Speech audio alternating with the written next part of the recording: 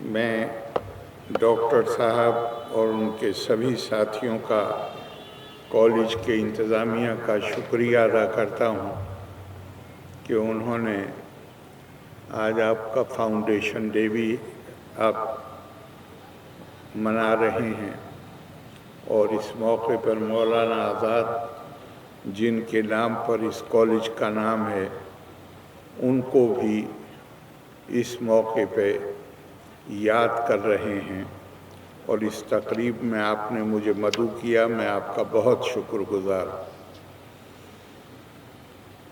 ابھی یہاں جلسے کا آغاز تلاوت کلام پاک سے ہوا۔ کلام پاک کے بھی کچھ حقوق ہیں، اور ان میں جو پہلا حق ہے وہ یہ ہے کہ اس پر ہم غور کریں۔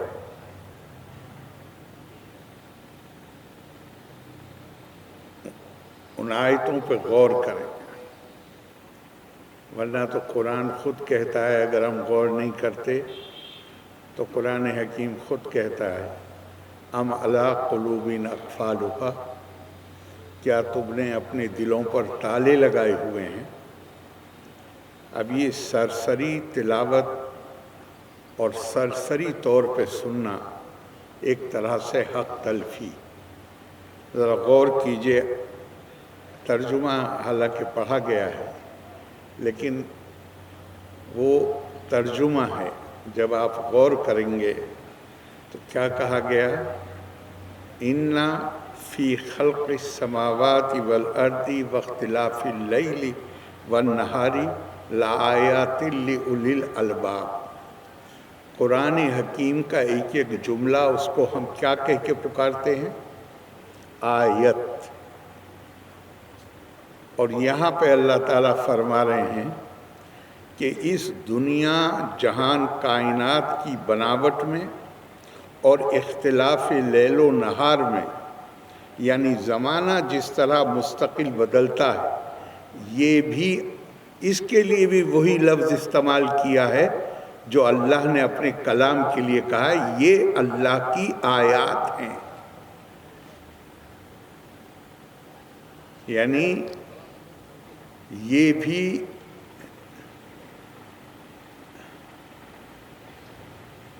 قرآن کس کام کے لیے، کار نبوت کیا ہے؟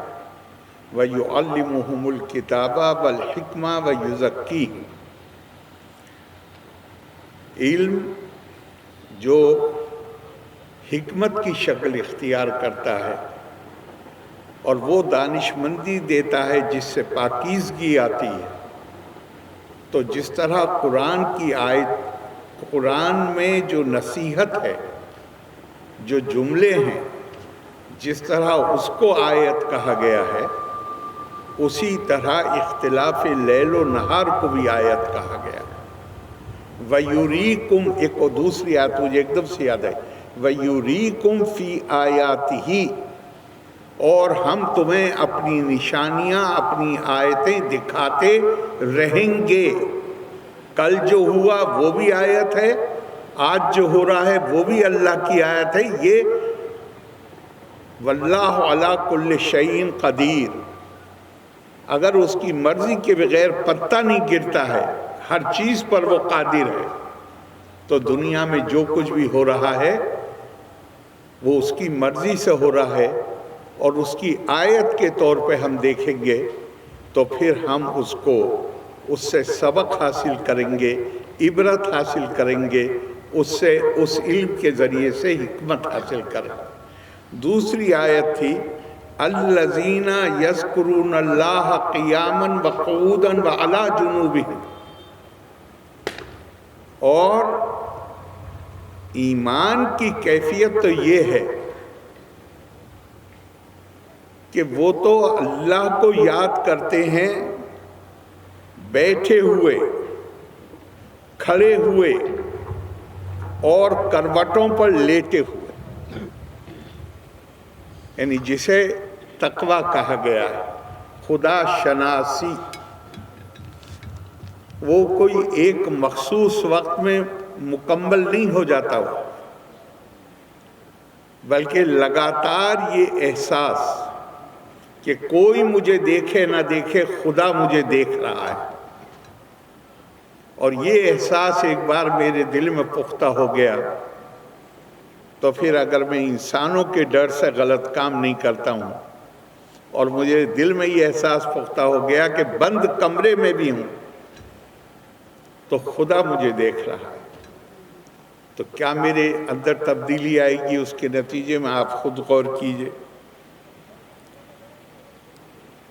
پھر اگلی بات کہی وَيَتَفَكَّرُونَ فِي خَلْقِ السَّمَاوَاتِ وَالْأَرْضِ، اور یہ وہ ہیں جو زمین اور آسمان کائنات کی خلقت کس طرح ہوئی اس پر غور و خوض کرتے ہیں، یعنی مختلف علوم حاصل کرنے کی کوشش کرتے ہیں۔ ہمارے یہاں تو دنیاوی علوم اور دینی علوم کی تفریق جس کا نتیجہ ہم نے دیکھا، آج تک اس کے نتیجے بھگت رہے، لیکن قرآن حکیم یہ کہتا ہے، بلکہ مجھے یاد آ رہا ہے ایک حدیث میں بھی ہے، کارخانہ قدرت میں غور و خوض کرنا عبادت کا درجہ رکھتا ہے، اور خود حضور صلی اللہ علیہ وسلم کے بارے میں کہا گیا ما کانا صفت و تعبدی، حضور کی عبادت کی صفت کیا تھی؟ تو جواب دیا گیا کہ حضور کی عبادت یہ تھی کہ حضور صلی اللہ علیہ وسلم چیزوں کی حیت میں غور و خوض کرتے تھے، وَيَتَفَكَّرُونَ وَالْاعْتِبَارِ، اعتبار اردو میں بھروسے کو کہتے ہیں، عربی میں پریسیڈنٹ کو، نظیر کو کہتے ہیں، دوسروں کے تجربے سے سبق حاصل کرنا۔ اور اسی آیت کے تیسرے جملے پہ میں چاہتا ہوں خاص طور سے غور کریے، ربنا ما خلقت ھذا باطلا،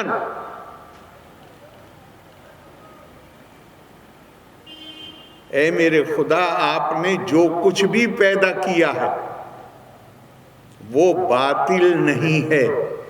جو چیز باطل نہیں ہے اس کا اپوزٹ کیا ہوا؟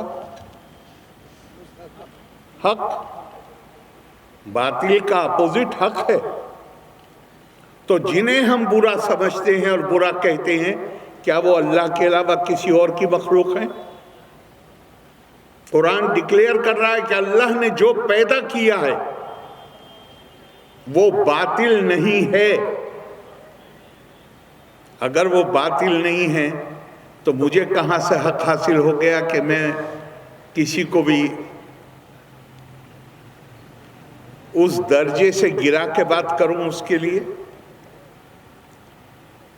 چونکہ ان آیتوں سے آپ نے جلسے کا آغاز کیا تو میرا دل چاہا کہ میں اس پہ کچھ کہہ دوں، اور اسی میں قرآن حکیم کی ایک اور آیت یاد آئی مجھے، وَكَأَيِّن مِّنْ آیَةٍ فِي السَّمَاوَاتِ وَالْأَرْضِ يَمُرُّونَ عَلَيْهِ وَهُمْ عَنْهَا مُورِدُونَ۔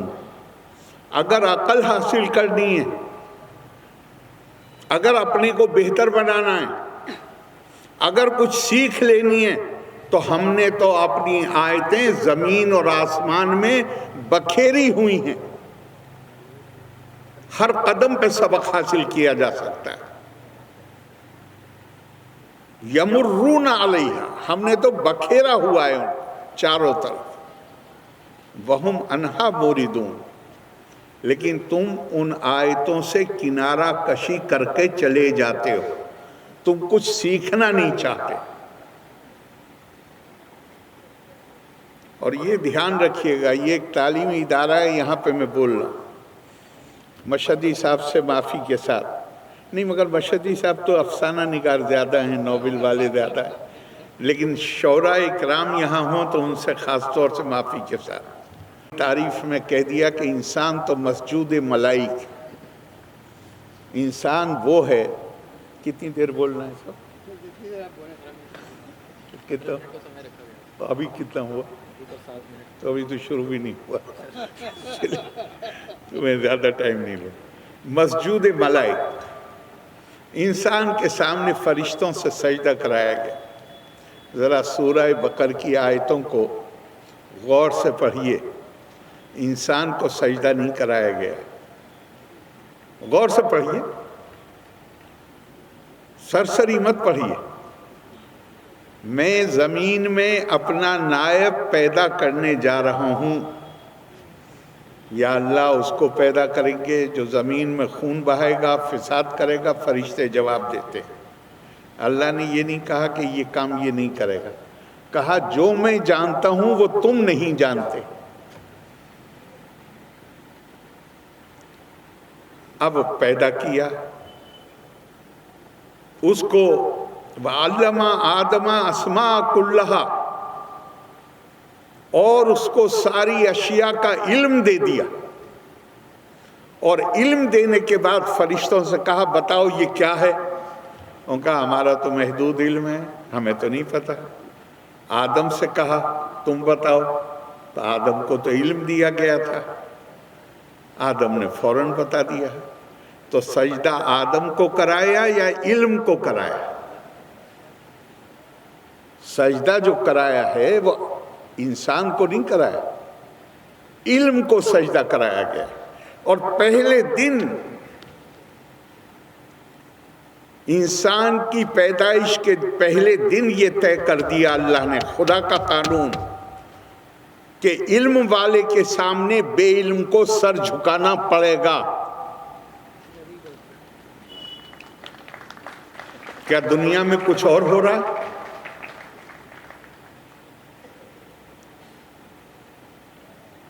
جس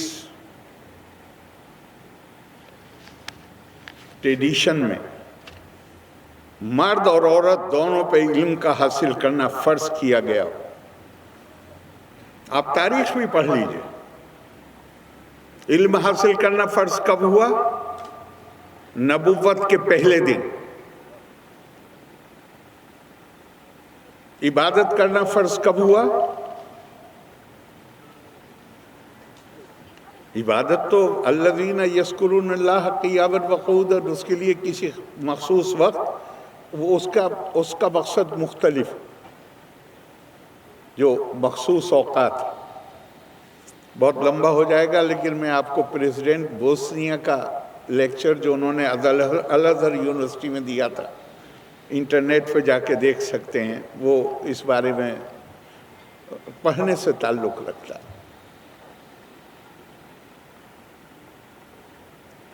تو وہ تو عبادت تو کہہ دیا کہ کھڑے ہوئے، بیٹھے ہوئے، چلتے ہوئے، لیٹے ہوئے، ہر حالت میں اس کو یاد کرتے رہو۔ علم وہ کب فرض ہوا؟ عبادت فرض کب ہوئی؟ کچھ لوگ لکھتے ہیں سیرت نگار کہ حضور صلی اللہ علیہ وسلم نے نبوت کے بعد 11 سال گزارے مکے میں، کچھ لوگ لکھتے ہیں 13 سال گزارے۔ ایڈمیٹڈلی اس پہ کوئی اختلاف نہیں ہے کہ عبادت کی فرضیت مدینہ منورہ پہنچ کر قائم ہوئی۔ علم حاصل کرنے کی کب فرض ہوئی؟ نبوت کے پہلے دن۔ کس کو علم حاصل کرنا ہے؟ مرد عورت دونوں کو۔ تو یہ میں ایک جملہ وہاں سے بولے دیتا ہوں۔ عزت بیگوویچ بوسنیا کے پریزیڈنٹ تھے، الازہر میں پڑھتے تھے، پریزیڈنٹ ہوئے تو انہوں نے ان کو اپنے سابق اسٹوڈنٹ کو بلایا، وہاں انہوں نے یہ سوال کیا کہ میں یہ جاننا چاہتا ہوں کہ جس دین میں علم کا حاصل کرنا پہلے دن فرض ہوا، اس دین میں اتنے، اور عبادت 13ویں سال میں فرض ہوئی، اس دین میں اتنے بے علموں کی تعداد کہاں سے آ گئی؟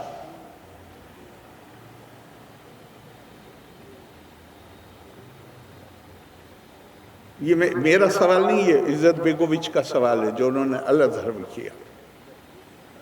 تو یہ ہمیں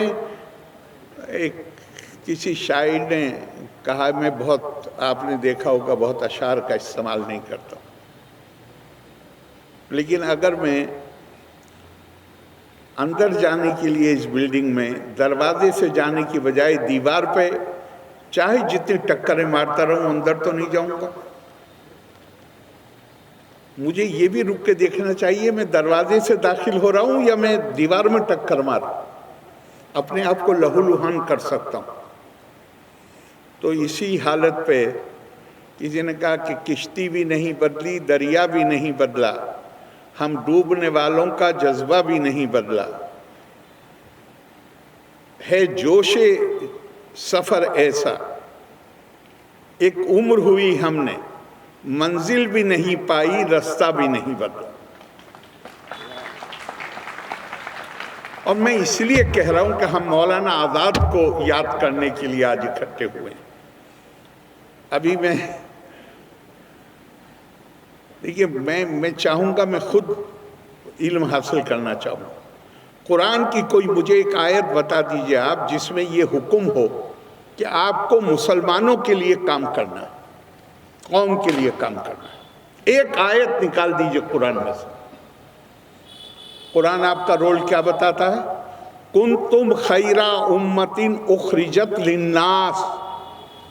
قرآن یہ بھی نہیں کہتا کہ مسلمان پیدا ہوتا ہے، پیدائش سے نہیں مانتا قرآن. پیدائش کے لیے لفظ ہے خلقہ، یہاں پہ لفظ استعمال کیا ہے اخرجت. اور تمہیں ہم نے ایوالو کیا ہے، سانچے میں ڈھالا ہے. ایک آئیڈیالوجی، ایک آئیڈیا دیا. کاہے کے لیے؟ تاکہ تم خیرہ و بہترین بنانے کے لیے. اور بہترین کس کے لیے؟ للناس، لوگوں کے لیے بہترین بنانے کے لیے. میرے خیال سے دنیا میں کسی کمیونٹی کے ویلفیئر کی فکر کرنے والے اتنے نہیں ہیں دنیا میں جتنے مسلمانوں کے. اور جتنی تعداد بڑھی ہوئی ہے اتنی حالت خراب ہوتی جاتی ہے. حضور صلی اللہ علیہ وسلم کی ایک حدیث ہے، میں آپ سے عرض کرتا ہوں. دوسروں کے لیے دعا مانگو، شاید اللہ تمہارے اوپر بھی رحم کر دے. اس آیت میں کیا کہا گیا تھا؟ بغیر کسی تفریق کے للناس، لوگوں کے لیے کام کرو.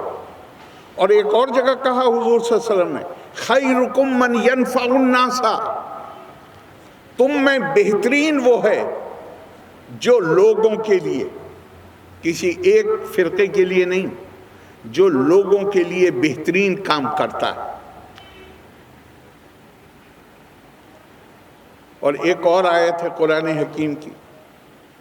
میں مانتا ہوں کہ جتنے ہم لیکچر سنتے ہیں بہت دفعہ کامیابی کے کیا راز، کون سا طریقہ استعمال کریں جس سے کامیابی ملے. سورہ رات کی 13ویں نمبر کی آیت، اس میں مثال دی گئی ہے. سیلاب آتا ہے، پانی کے اوپر جھاگ بنتے ہیں، جھاگ ضائع ہو جاتے ہیں، پانی زمین کے اندر داخل ہو کر زمین کو زرخیز بناتا ہے. آپ سونار کے پاس جاتے ہیں، وہ سونا چاندی کو پگھلا کر آپ کی ضرورت کے مطابق برتن یا زیور تیار کرتا ہے. وہ جب پگھلاتا ہے اس پر بھی جھاگ آتے ہیں، وہ جھاگ تھوڑی دیر میں ضائع ہو جاتے ہیں. اور برتن یا زیور جو بناتا ہے، یہ میرے الفاظ نہیں ہیں، میں تو ترجمہ کر رہا ہوں، اس حد تک میرے الفاظ، وہ زیور قائم رہتا ہے. تو یہ دو مثالیں دے کے آیت کی آخری 2 لائنیں ہیں. فَأَمَّا الزَّبَدُ فَيَذْهَبُ جُفَاءً وَأَمَّا مَا يَنْفَعُ النَّاسَ فَيَمْكُثُ فِي الْأَرْضِ. اور جو چیز غیر منفعت بخش ہے، جو دوسروں کو فائدہ نہیں پہنچاتی، وہ جھاگ کی طرح ضائع ہو جاتی ہے. اور جو دوسروں کو فائدہ پہنچاتے ہیں انہیں ہم زمین پر زندہ رکھتے ہیں. فَأَمَّا الزَّبَدُ فَيَذْهَبُ جُفَاءً وَأَمَّا مَا يَنْفَعُ النَّاسَ، ينفع المسلمین نہیں ہے. ینفع الناس، جو عام اللہ کی مخلوق کو فائدہ پہنچاتے ہیں، انہیں ہم زمین میں زندہ رکھتے ہیں۔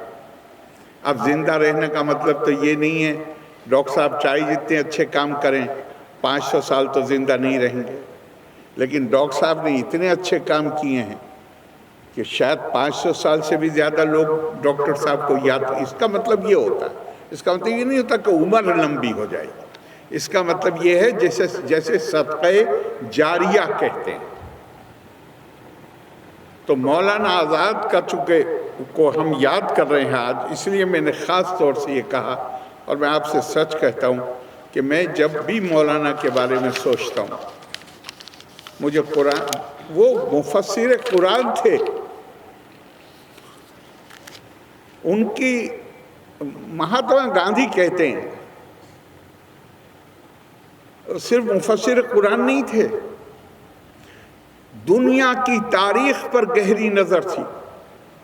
مہاتما گاندھی ایک جگہ لکھتے ہیں، یا انہوں نے کہا ہوگا، جو لکھا ہوا ہے ان کے لٹریچر میں، مجھے جب کسی کرنٹ ایشو پر، موجودہ حالات پر، موجودہ زمانے کے معاملے پر سمجھنے میں کوئی دقت پیش آتی ہے تو میں جواہر کو بلاتا ہوں، اور جب تاریخی پس منظر سے میں کوئی بات سمجھنا چاہتا ہوں تو میں مولانا آزاد کو تکلیف دیتا ہوں۔ مولانا آزاد نے کسی بھی ادارے میں تعلیم نہیں پائی، ان کی تعلیم ان کے والد نے انہیں دی گھر پر، لیکن اب کبھی انہیں کسی نے بولتے ہوئے نہیں دیکھا انگریزی یا کوئی بھی غیر ملکی زبان، لیکن جب ان کے گھر کا کتب خانہ ان کے انتقال کے بعد دیکھا گیا تو انگریزی نہیں، فرینچ کی کتابوں پر بھی مارجن میں ان کے نوٹ لکھے ہوئے تھے، یعنی انہیں اتنی فرینچ بھی، انگریزی بھی آتی تھی، فرینچ بھی آتی تھی کہ وہ جو پڑھتے تھے اس کے نوٹ کتاب کے مارجن پہ لکھتے تھے۔ لیکن اگر میں رشید احمد صدیقی صاحب کے بلکہ میں پہلی بات جو مکمل کر دوں پھر آؤں گا رشید احمد صدیقی صاحب پر، کہ میں انہیں جتنا ان کے بارے میں مطالعہ کیا، ہم نے تو دیکھا نہیں ان کو، لیکن جتنا مطالعہ کیا تو قرآن حکیم کی ایک آیت ہے وہ میرے دماغ میں آتی۔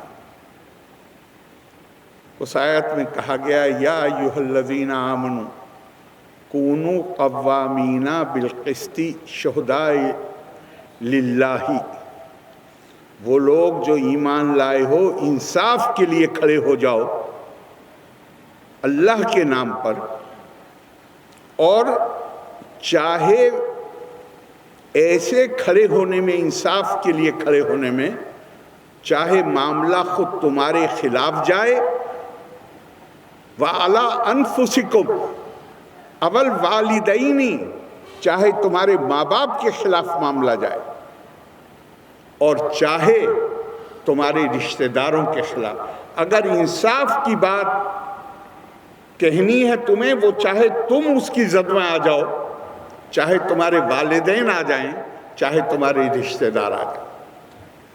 مولانا آزاد جس چیز کو سچ مانتے تھے اس کے لیے کھڑے ہوئے، اور صرف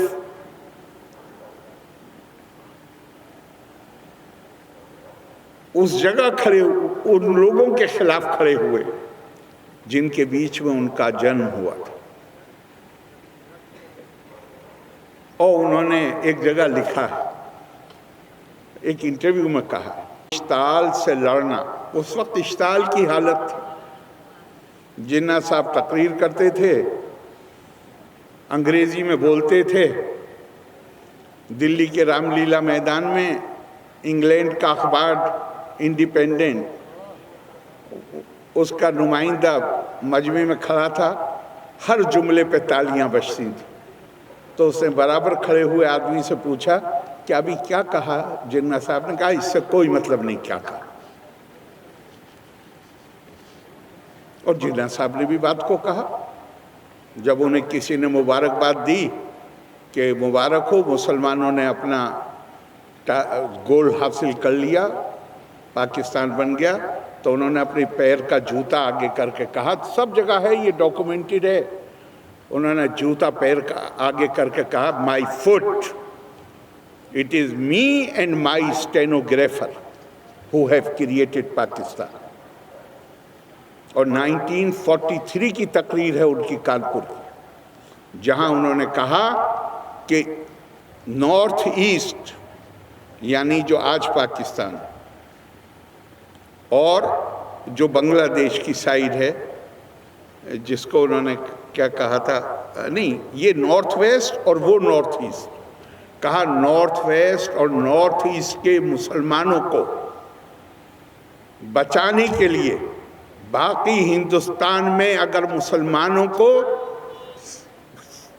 تہس نہس کر دیا جاتا ہے، انگریزی کا لفظ استعمال کیا ڈیمولشڈ، اب ڈیمولشڈ کا ترجمہ اگر کچھ اور ہو تو بتائیے گا۔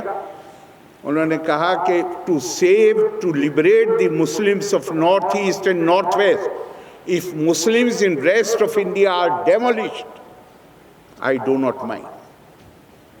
تو ہمیں وہ تحریک تو یہ اسی طرح چلی تھی، یہ 47 میں نہیں کہا ہے انہوں نے، 42 یا 43 میں کہا ہے، لیکن کہنے کے باوجود ہم اتابلے تھے خودکشی کے لیے، اور ہم نے اس عظیم پروفیسر رشید احمد صدیقی کا میں نے ذکر کیا،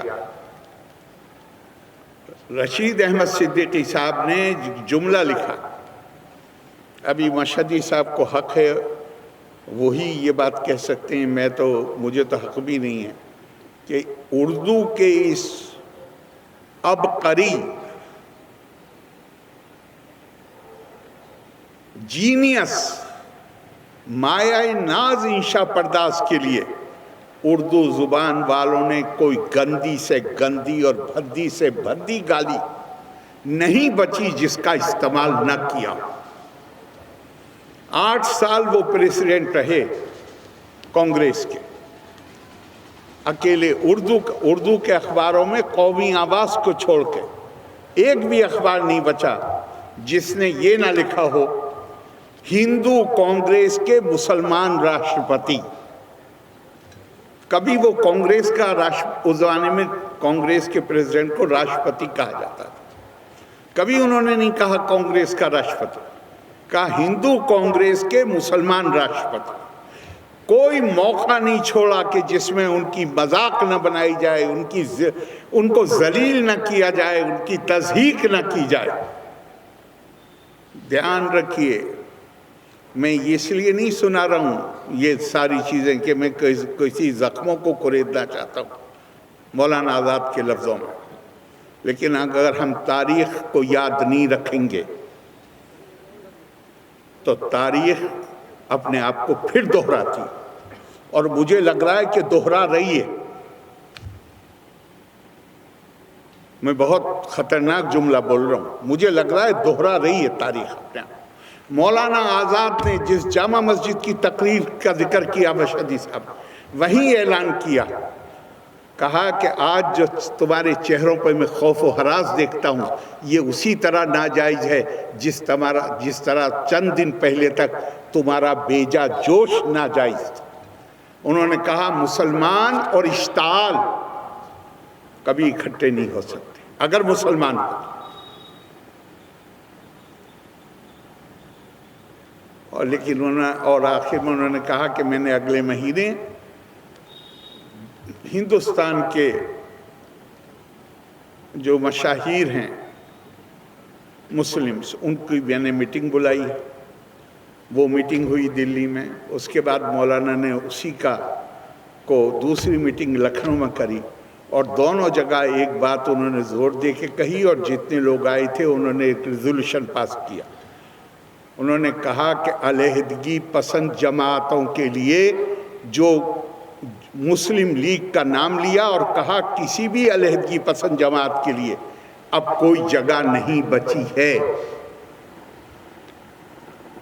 ہندوستان کا غور کریے گا، یہاں پڑھے لکھے لوگ، ہندوستان کا کانسٹیٹیوشن بنا، آزادی سے پہلے سیپریٹ الیکٹوریٹ تھا، ہندو اپنا نمائندہ چنتے تھے، مسلمان اپنا چنتے تھے، سکھ اپنا چنتے تھے۔ کانسٹیٹیوشن بننے کے بعد کیا ہوا؟ سیپریٹ الیکٹوریٹ ختم، اور اب آ گئی ٹیریٹوریل کانسٹیٹیوئنسی، حلقہ۔ اب ٹیریٹوریل کانسٹیٹیوئنسی میں تو ہر مذہب کا رہنے والا، ہر برادری کا سے تعلق رکھنے والا، ہر زبان بولنے والا، میں کہیں سے الیکشن جیت کے جاتا ہوں تو میں اس کانسٹیٹوئنسی کا نمائندہ ہوں یا کمیونٹی کا نمائندہ ہوں؟ مجھے چنا تو ایک حلقے کے لوگوں نے، لیکن آپ قانون بدل سکتے ہیں، عادتیں نہیں بدلتی۔ مولانا آزاد کی زندگی میں ہم نے ان کی نہیں سنی، اور جو نقصانات اٹھائے وہ سب کے سامنے، اور آخر میں جو انہوں نے مشورہ دیا، مجھے ایسے لگتا ہے کہ کسی کو یاد بھی نہیں ہے کہ انہوں نے کیا کہا۔ انہوں نے کہا اپنے اندر ایک بنیادی تبدیلی پیدا کرو۔ مجھ سے پوچھ رہے ہو کہ کیا راستہ ہے، کیا میں تمہیں اس سے اچھا راستہ بتا سکتا ہوں جو اللہ نے ایک امی کی معرفت کے ہمیں بھیجا تھا؟ وَلَا تَهِنُوا وَلَا تَحْزَنُوا وَأَنْتُمُ الْأَعْلَوْنَ إِن كُنتُم مُؤْمِنِينَ۔ یہ جامع مسجد کی تقریر میں انہوں نے کہا۔ اب انہوں نے سر مار کے کہا کہ اب خدا کے راہ جو نقصان ہونا تھا وہ ہو چکا، اب اس علیحدگی پسندگی سے اپنا ہاتھ ہٹا لو، اب یہ مذہب کے نام پہ سیاسی جماعتیں بنانا بند کر دو۔ یہ انہوں نے دونوں میٹنگوں میں کہا، لیکن ہم نے زندگی میں ان کی نہیں سنی، اب بھی نہیں سن رہے۔ تو پھر انہوں نے اسی میٹنگ میں ایک اور آیت کو بھی کوٹ کیا تھا، ان اللہ لا یغیر ما بقوم حتی یغیر ما بانفسہم، اور اللہ بھی ان کی حالت کو نہیں بدلتے جو اپنی حالت کو بدلنے کے لیے خود اپنے اندر ایک بنیادی تبدیلی پیدا نہیں کرتے۔ ہمارا سارا ایٹیچیوڈ کیا ہے؟ فلاں نے یہ کیا ہے تو ہم یہ کریں گے، فلاں نے یہ کیا ہے ہم یہ کریں گے۔ میں بہت دیر بول لیا ہوں، ایک حدیث حضور صلی اللہ علیہ وسلم کی ہے، وہ بتا کے آپ کو اپنی بات کو ختم کروں گا۔ حضور صلی اللہ علیہ وسلم نے فرمایا لا تکونا امعتن، رد عمل کرنے والے مت بنو، تقولونا ان احسن الناس احسننا وَإِن ظَلَمُوا ظَلَمْنَا، یہ مت کہو کہ لوگ ہمارے ساتھ اچھا سلوک کریں گے تو ہم بھی اچھا کریں گے، اور اگر وہ ہمارے اوپر ظلم کریں گے تو ہم بھی کریں گے۔ وَلَكِنْ وَتِنُّوا أَنفُسَكُمْ، یہ رویہ اختیار مت کرو، اپنے اندر خود اعتمادی پیدا کرو، اپنا ایجنڈا بناؤ۔ اور وہ ایجنڈا کیا ہونا چاہیے؟ ان احسن الناس ان تحسنوا، اگر لوگ تمہارے ساتھ اچھا کریں تو تم ان سے بڑھ کر ان کے ساتھ اچھا کرو، وَإِنْ أَسَاءُوا فَلَا تَظْلَمُوا، لیکن اگر وہ تمہارے ساتھ برائی کریں تو تم کبھی ان کے ساتھ برائی مت کرنا۔ ایک ہی دنیا میں طاقت ہے، وہ ہے حسن اخلاق۔ اور یا تو ہم کہیں نا کہ ہم کس کے نام لیوا ہیں، لیکن اگر ہم کہتے ہیں کہ ان کے نام لیوا ہیں تو حسن اخلاق کی تکمیل کرنے کے لیے مبعوث ہوئے تھے۔ آپ نے میری بات اتنی دیر سنی صبر کے ساتھ، ہو سکتا ہے کچھ اچھا نہ لگا ہو، اس کے لیے میں معافی چاہتا ہوں، اور آپ سب کا شکریہ ادا کرتا ہوں۔ خدا حافظ، جے ہند، جے بھارت۔